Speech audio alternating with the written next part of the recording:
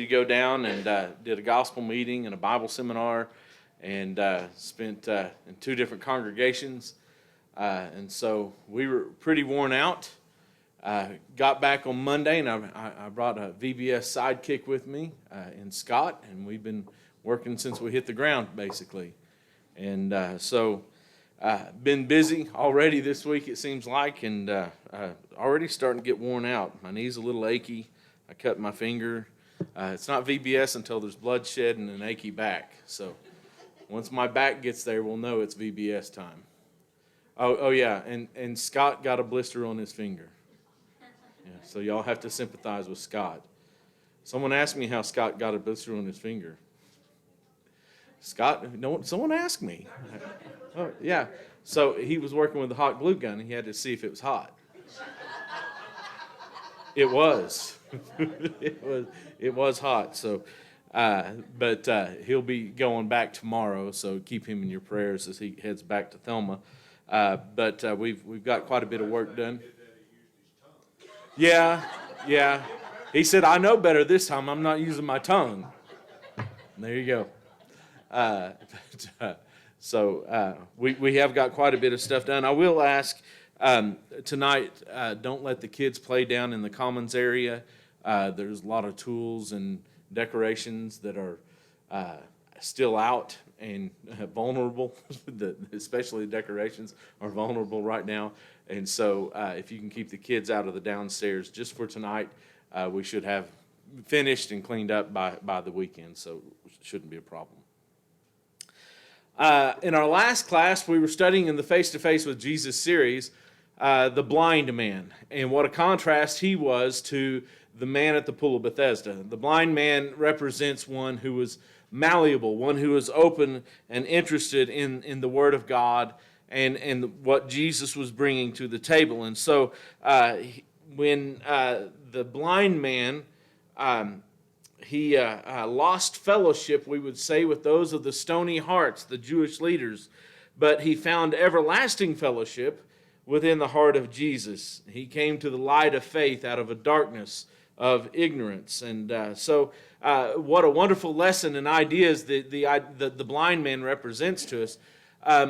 We have tonight and the week after VBS for the face-to-face class, and then we'll be finished for the quarter.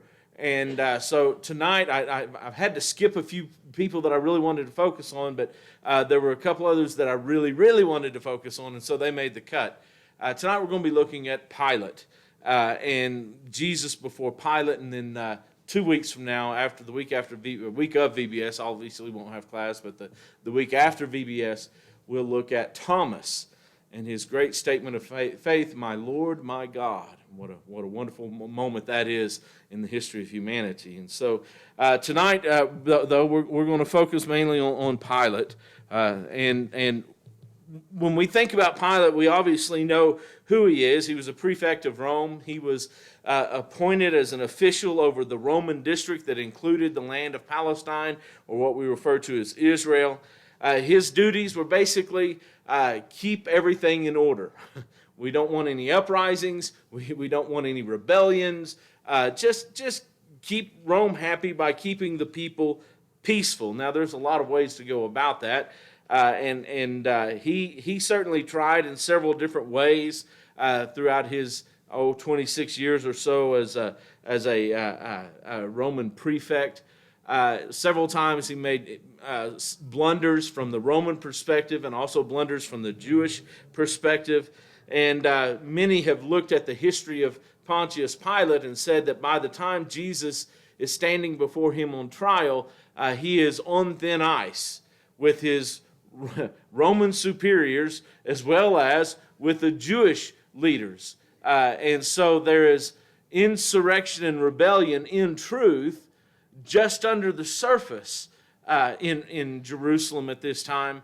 And of course, there's a watchful eye of Rome over Pontius Pilate. And so he is trying to please this eye and keep the rupture in Jerusalem from happening. And this really plays into what he ends up doing. The Jews simply referred to him, not the Jews, but history referred to him as the publica persona, the public person. He was a public figure, not just an individual. And that plays into the discussion that we have with Jesus, because Pilate is not just answering and speaking as an individual. He is answering and speaking as Rome. He is Rome's official. And so he is, the entire empire of Rome is coming through his words. The Jews, of course, are trying to protect their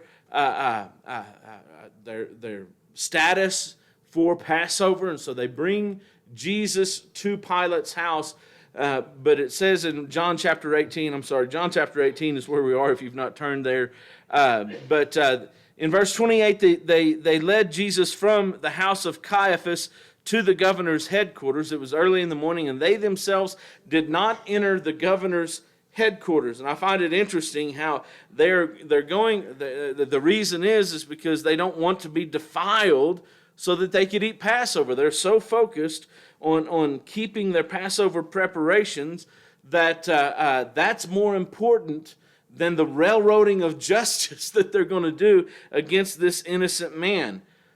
But notice Pilate, who has authority, and all he has to say is, "My court is open to you," and they would have a dilemma. Do they bring him in and risk defiling themselves, or do they give up their desire to charge him this night? But Pilate doesn't do that. Even though he has the authority, he doesn't do that. It says that Pilate went out to meet them. Now, that may speak a little bit to the hard feelings that are lying just under the surface, and Pilate trying to keep peace, that maybe that's why he went out to them instead of causing them to come into him. But we've got to remember, this is part of the prediction. This is the prophecy. You remember in Mark chapter 10, verses 33 and 34, when Jesus is saying that he's going to suffer and die, it says that he is going to be delivered where? Into the hands of the Gentiles.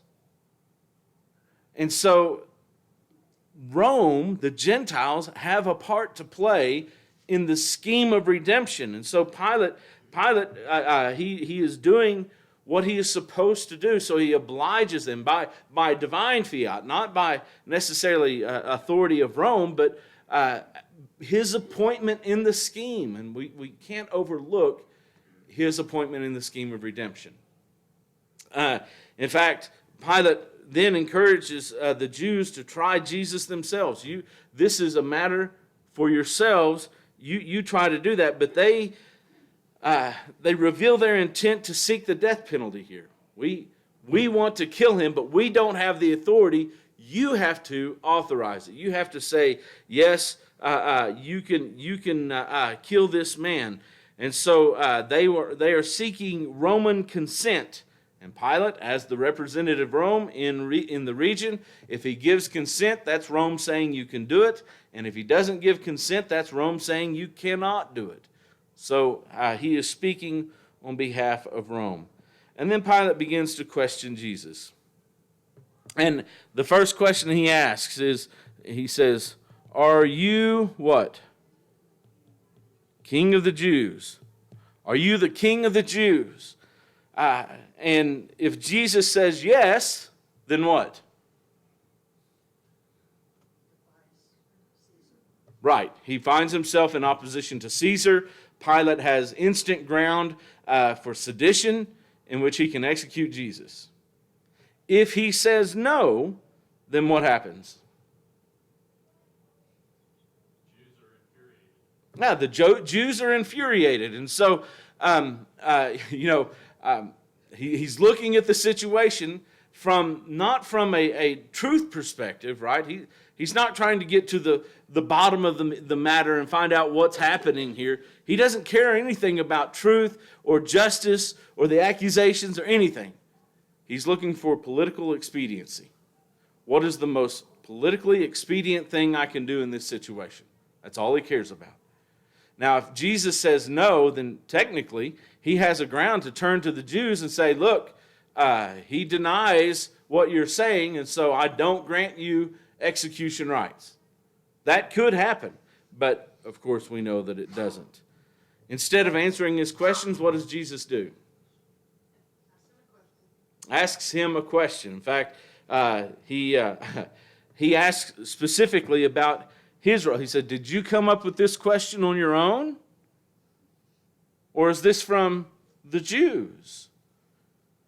In other words, he's asking Pilate, are you a puppet to the Jews? Or are you a man standing on your own wisdom? And, it's an interesting question, because if Pilate is asking of his own, then that will tell Jesus how he needs to answer. If Pilate really believes that Jesus is looking to be treasonous against Rome, then Jesus has some splaining to do, right? But if he is just asking on behalf of the Jews, then it's possible that he could, Jesus' answer would be somewhat different about how things are. And so he asks him about where he wants to, or where this question is coming from. By the way, Jesus does not deny his kingship, does he? He doesn't deny it here or affirm it. But we know that Jesus is king, but he doesn't deny it here. And what happens is the prisoner has become the judge or the interrogator. Jesus, who was the one who was being questioned, has now turned the tables and is asking Pilate the question. And Pilate answers very incredulously. He says, am I a what? Am I a Jew? Why does he ask that question? Obviously, Pilate expects that to be answered in the negative. It is a pure rhetorical question. And by rhetorical, we mean that it is so patently obvious, it doesn't even need an answer. We know the answer without having to do any research or have someone tell us, of course, Pilate, you are not a Jew, which means that these concerns of Jewish affairs are what? Not his. Am I a Jew that I need to be wrapped up in this? The internal squabbles among the Jews do not rise to imperial import. And that's what he's saying. Am I a Jew that I should be drug into this matter? Two, it may mean that Pilate does not appreciate Jesus' taking the role of the interrogator. Am I a Jew? You say that you are the king of the Jews, and you're asking me as if you have authority over me? Are you saying that I'm a Jew like everybody else in this inquisition? But even if Jesus were the king of the Jews, Pilate is not a Jew to be subjugated to him. And that's how Pilate feels. D.A. Carson says the irony of Pilate's answer is that while Pilate despises and distrusts the Jews, he eventually adopts their position. We go throughout the rest of the account, and he sides with the Jews. Together, then, the Jews and Pilate, and I would say Rome by extension, represent the world, right? And Jesus said, my kingdom is not of this world. The readers, as we look at it, we know in a profound sense, Pilate's real question is, instead of am I a Jew, is are you my king? And the answer to that is yes. Well, Pilate doesn't intend that question. Pilate joins the ranks, I think, of several in history that are pagans that are used by God to speak the word of God. Like Balaam, or Balaam's donkey, or Nebuchadnezzar, These were men who were not on God's side, and yet God uses them to make profound pronouncements about truth, about God, about God's intent, about his role over the universe. And so I think Pilate, in a sense, is joining those ranks. There's something deeper here than his, am I a Jew? And especially when we get to, I find no guilt in this man, and behold the man. In each of those statements, there are some much deeper theological truths that are spoken.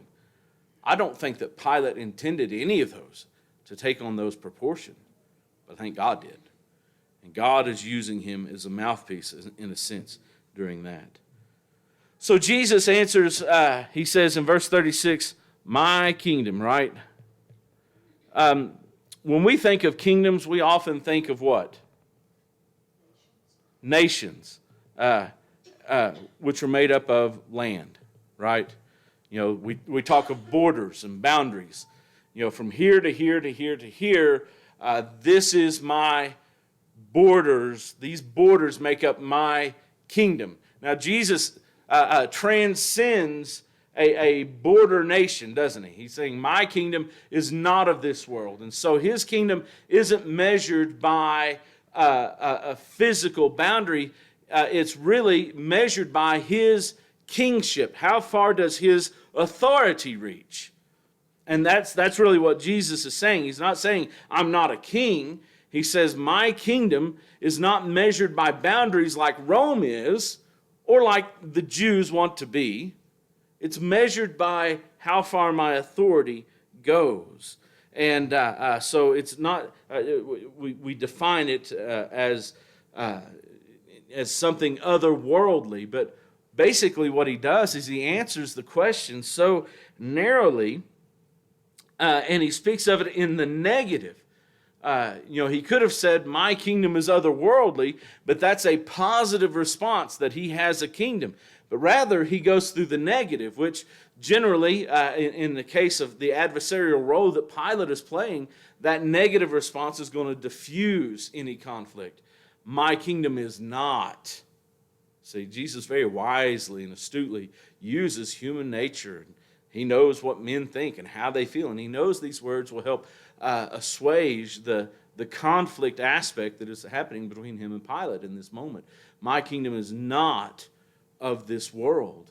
He also so narrowly puts it in here as the world, it's not here. In other words, it does not have competing boundaries with who? With Rome. And if it doesn't have competing boundaries with Rome, then I'm not an insurrectionist. I'm not a threat to Rome. So he very carefully is answering the questions. But then what's his evidence for his kingdom not being of this world? What does he say? Or else what? My disciples would fight. At his arrest, he gave himself up to authorities, right? Almost without resistance. Again, John 18, the first 6 verses or so, when they come and they meet Jesus, I always love to point out when they came, Jesus asked, who are you seeking? And they said, Jesus of Nazareth. And he said, I am he. And in a moment, in a show of a supernatural power, the entire entourage that has come to arrest Jesus falls backwards. What does that show to them? That there's a power here you can't even stand against. Right? I mean, if you're standing on your own 2 feet in one moment, and the next second, after this man says, I am he, you're laying flat on your back, and not just you, but every other soldier in your company, how do you think you would feel?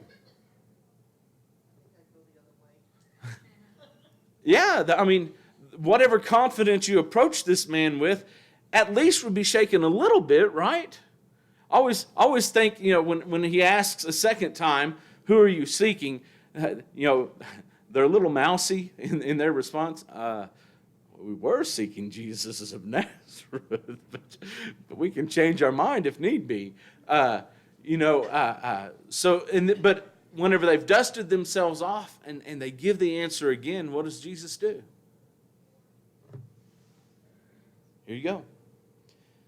If you're looking for me, take me, but let my disciples go, right?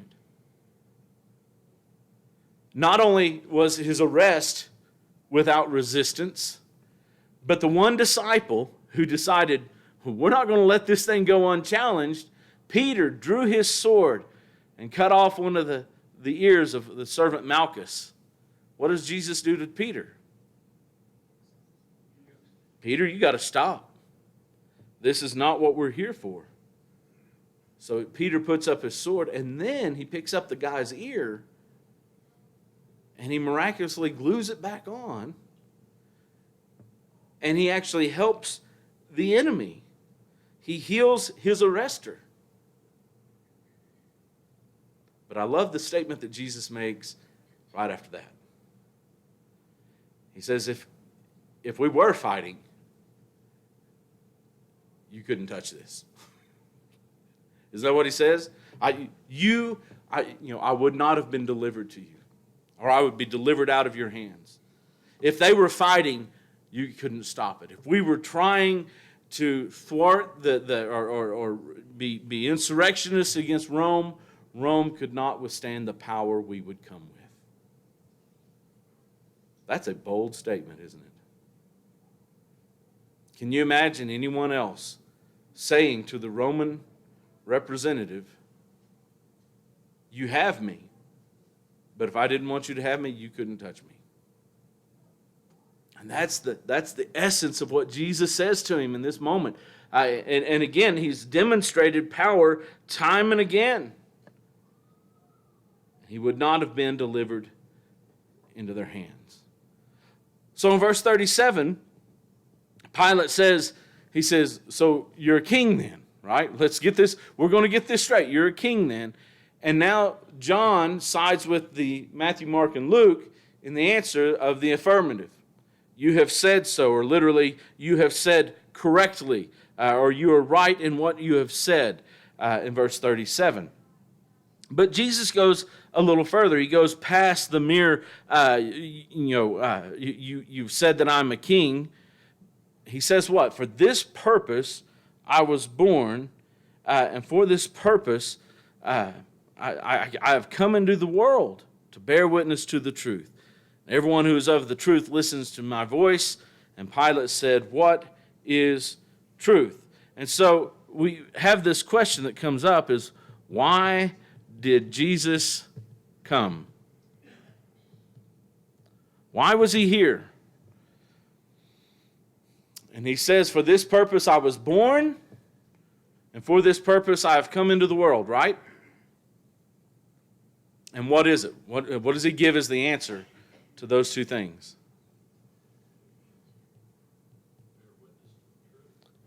Bear witness to truth. Right? That's it. Now, there's other things that Jesus has said.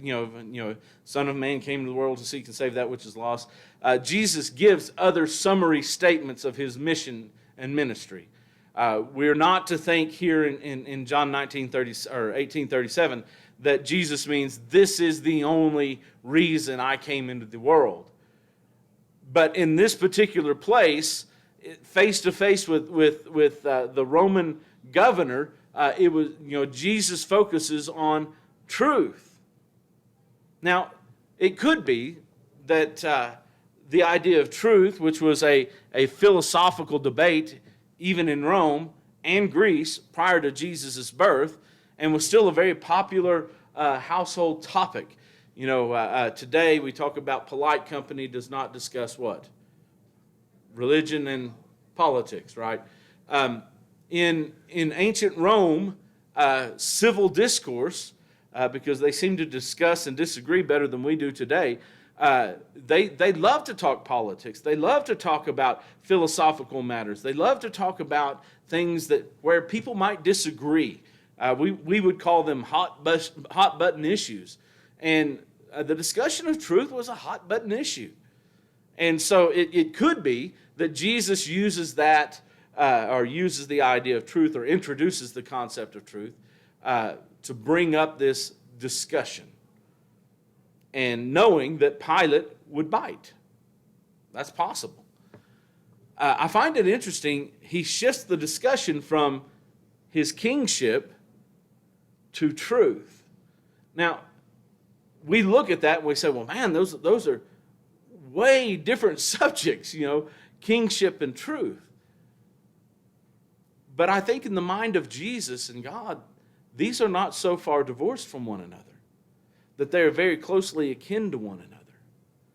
That Jesus' kingship is part of his identity. It's part of who he is, right? It's part of the reason he came into the world and was born. But ultimately, that reveals truth. About what? About his identity.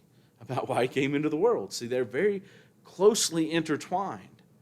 After all, we think of what truth is. He's going to this deeper issue, I would say. There's this important issue of his kingship, but there's one that's a little deeper, and it's about truth.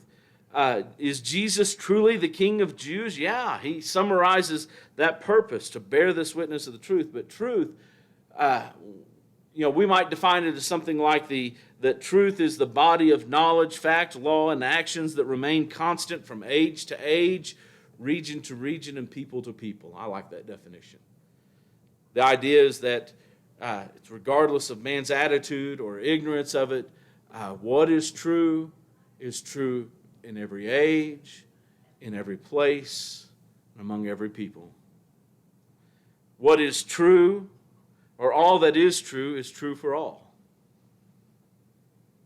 We can't say, well, over in that part of the world or in that state, what's true here is not true over there.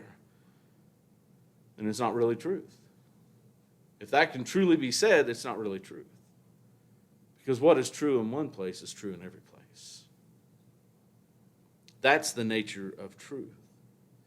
But truth really is more than this. Where does truth come from? It comes from God, right? And so truth, we talk about truth as knowledge or revealed knowledge. Jesus came to reveal the truth about God. Truth is God's self-disclosure to man. That's really what it is. In fact, we would say that truth flows from the very nature of God, and without God, truth does not exist. Truth does not exist apart from God. That's an important statement for us today. Because when we start talking about truth with people, our truth comes from God. And if we can't tie it back to God through His Word, then we need to start checking ourselves on truth. Because there is no truth apart from God.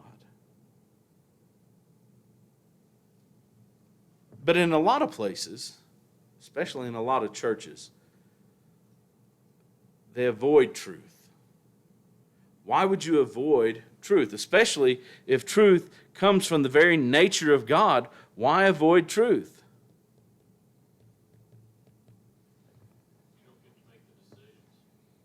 Okay, yeah. Look, if I want to make all the decisions, I've got to ignore truth. Because truth is somewhat binding, right? It reins us in. It also gives us our freedom, but it reins us in at the same time. Jennifer? We might be proven wrong. Mark?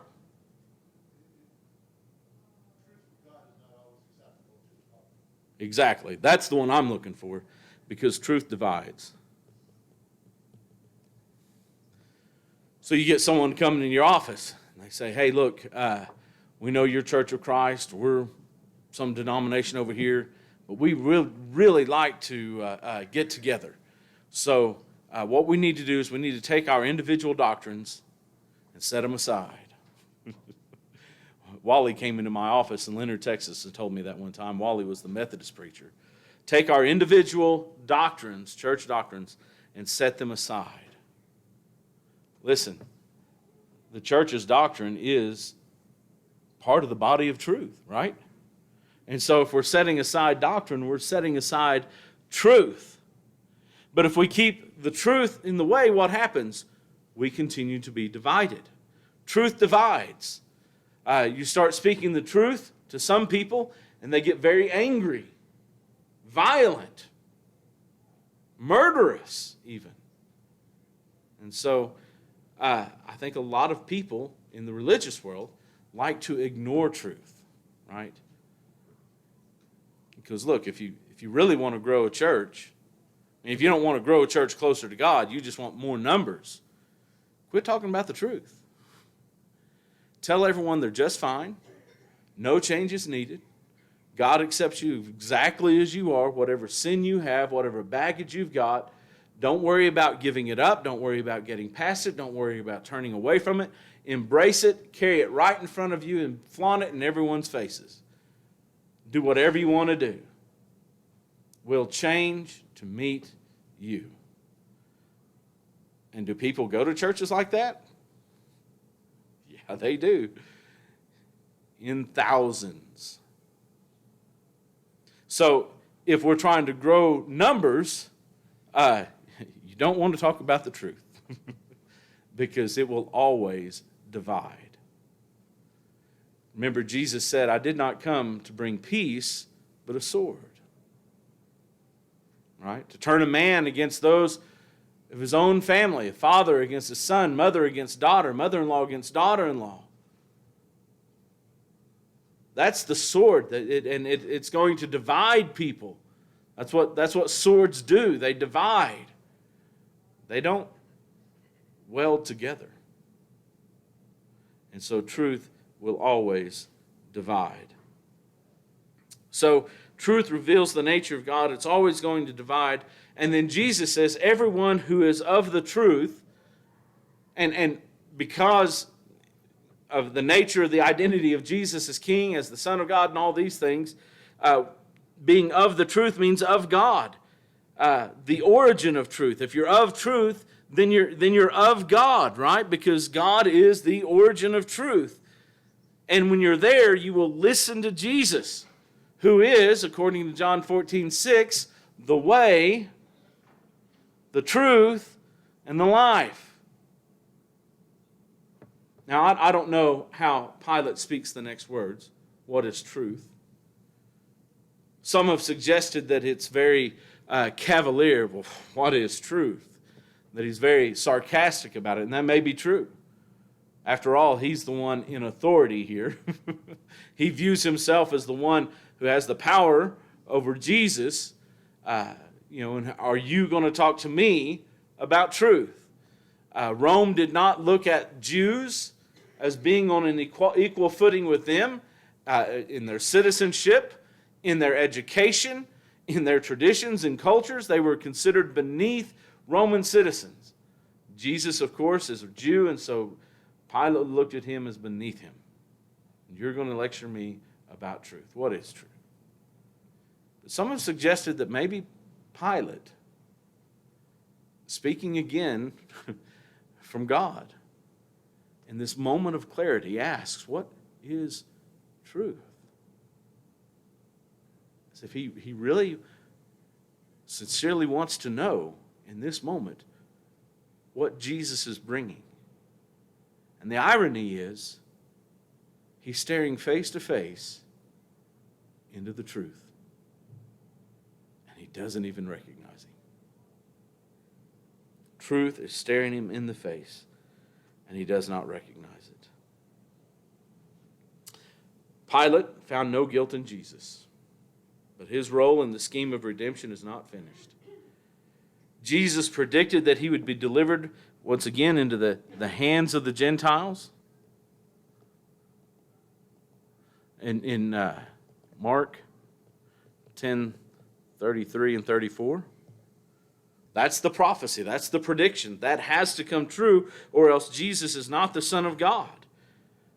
R.C. Sproul said that the Jews being delivered to the Gentile, or in their mind, being delivered into the hands of the Gentiles, meant to be sent outside the covenant community. It was one of the worst curses under the Old Testament system. Outside the camp, outside the place where the presence of God was concentrated and the blessings were shared. Think of the scapegoat, right? On the Day of Atonement, the scapegoat would receive all the sins of the nation, and then the goat would be put where? Outside the camp, away from God's people, away from God's presence, away. To be delivered into the hands of the Gentiles was to be put outside the camp in the same way. And when you are out there, then you are in the place or the realm of cursing. So Pilate must sentence Jesus to death, to do his part, to play his role in the scheme of redemption. So after the early parts of verse 19, or chapter 19, they flog Jesus, and the soldiers mock him and twist together a crown and all this. Even though Pilate had no cause. Remember, he said, I have found no guilt in him. He's ready to release him, but they won't allow it, and so he actually punishes this innocent man whom he knows is innocent. There's no question. And then in verse 4, he brings Jesus out and he says, see, I'm bringing him out to you that you may know that I find no guilt in him. And then he makes this statement. Behold the man.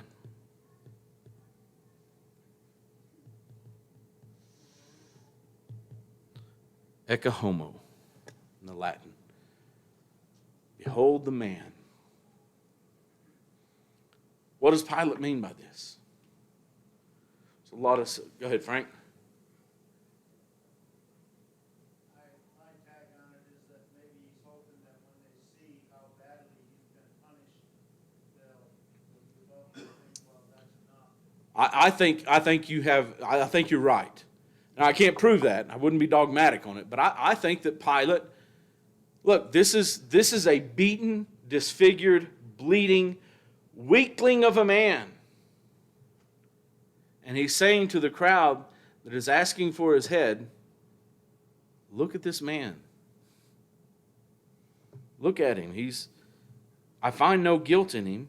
And if you look at him, he's pitiful. Look at his humanity and his smallness and his insignificance and take pity on him. Pilate is speaking on behalf of Rome. Rome has found no cause to kill this man. Rome sees him as just a man. And we have shown how weak he is by beating him nearly to death. But I think the statement has more weight and significance than what even Pilate thought. This again is God speaking through Balaam, God speaking through the donkey, God speaking through Nebuchadnezzar, God speaking through Pilate to reveal a great truth more than just the publica persona of Pilate. It's more than just a public figure. Behold the man. He's not just merely a man. He is the God-man. The fullness of deity dwelt in him bodily, Colossians 2 and verse 9, right? All that is God, that identifies God, that is the nature of God, dwells in the man, Jesus Christ. They subsume one another. They're all together. But I don't even think that we just focus on God-man. Let's take for just a moment the man, Jesus, focusing on his humanity. He is not just the man, he is the perfect man, right? What does that mean? He's without sin, right? And all the things that we talk about being perfect man. The Bible, the New Testament refers to him as the second Adam who restores what was lost in Adam. Look, God intended man to have this dignity. God created man with this dignity. The dignity that we call the image of what? Of God, right? Let us create man in our image, after our own likeness. And so that's how man was created. That's what God intended man to have. But Adam introduced sin, which marred and disfigured the image of God in which we were created. God is not as clearly seen in the lives of sinners because God does not sin. I don't mean to say that because Adam sinned that it imputed unrighteousness to all generations after that. But when we sin, when we choose sin over obedience, we disfigure that image of God. We mar that image of God. When the world looks at God through us, we have to admit it's not a perfect image. It's a funhouse mirror at best. Warped, skewed, distorted, however you want to say it. That's what happened to the image of God in Adam. But in the man, the perfect man, who though he were a son, he learned obedience, Hebrews 5. Through that perfect man, he restored the image of God to humanity. Now, when people looked at Jesus, they saw clearly, for the first time in human history, they saw clearly the image of God. And Pilate is looking right at it. The true image of God. Behold what man can be through the sacrifice of Jesus. Because through him now, our lives are washed. Sin is removed. And the image of God shines more clearly through the blood of Christ. Behold, the man of God. Appreciate your attention.